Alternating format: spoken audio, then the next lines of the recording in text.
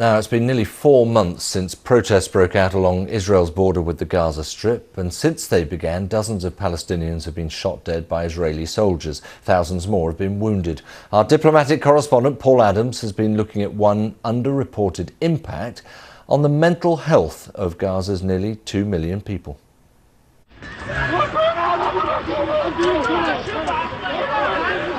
On the busy streets of Gaza, a man sets fire to himself.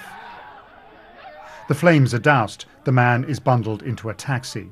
He makes it to hospital but dies 2 days later.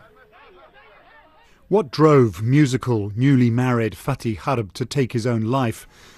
The baby, sleeping in his grandmother's arms, is Fatih's own son, born 2 days after he died. Nobody knows why he did it, but the boy asked himself, what kind of life are we living? So I think of the same question. Every Palestinian asks himself the same question. Committing suicide is a terrible sin in Islam, and yet Fatih HARB chose to do it out in the street in front of dozens of people. He was clearly desperate, and so it seems are more and more people here. Gaza's boiling border has been in and out of the news since March, but UN staff have been worried about Gaza's young men for months.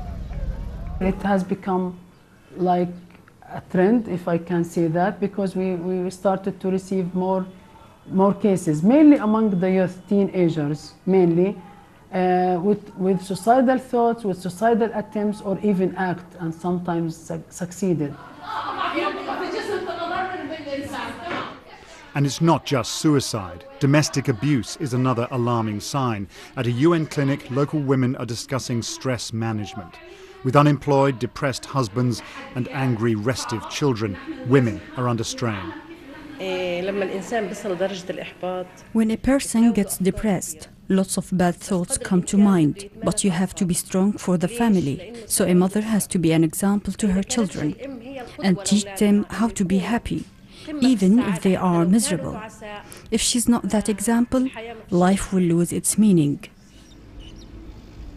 Gaza has been crumbling for decades. War, economic isolation and poverty have taken their toll.